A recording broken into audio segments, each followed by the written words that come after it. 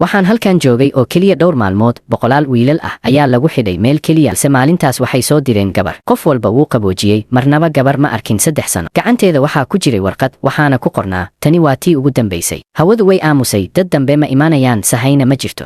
waxaan ku xidhnaanay bartamaha marinka weyn ee jahawareerka ah. Subax kasta albaabadu way furnaayeen, orodyahanaduna way bixi jireen iyagoo raadinaya jid baxsan. 3 sano qofna ma guulaysan, balse markan wax way ka duwan yihiin. Gabadhii way soo horeysay, taasoo jebisay nidaamkii hore. Markay soo toostay, si toos ah ayay ii eegtay, waxayna si hoose u tiri hal erey, Thomas, kadibna way miyir beeshay. Qof walba i eegay, anigase hore uma aqaanin. Hadda oo sahaydu dhammaatay, ma sii jiri karaynay muddo dheer, sidaas darteed waxaan sameeyey go'aan inaan dib ugu laabto marinka. Xagee baad u socotaa? Dib ugu laabanayaa marinka. Mino ayaa igu biiray isagoo la yimid dhowr orodyahan. Waxaan helnay xayawaan dhintay oo gidaarka ku dhegan, gudaha jirkiisuna wuxuu ku jiray qalab elektaroonig ah oo leh shaashad yar, isla markaana ifinaysa lambarka 7. Qofna ma garanayn waxa uu ka dhigan yahay, laakiin anigu waan garanayay, waa tilmaam. Markaan ku soo noqonay xerada, Mino wuxuu igeeyey meel qoto dheer oo keynta ah, halkaas oo uu ku yaalay guri alwaax ah oo duug ah. Wuxuu ka qaaday maro dul saarnayd miiska, hoosteedana waxaa ku yaalay moodel buuxa oo 3 cabir ah oo marinka ah. Jid kasta iyo gidaar kasta si buuxda ayaa loo sawiray. Intii ay 3 sano ordayeen, xaqiiqdu waxay ahayd mid murugo leh. Marinku uu ka madnaa meel laga baxo. Waxay arrintaas qarsoodi u hayeen muddo dheer, sababtoo ah haddii qof walba ogaado, xeradu way burburi lahayd. Hadda waqtigii ayaa naga dhammaanayay.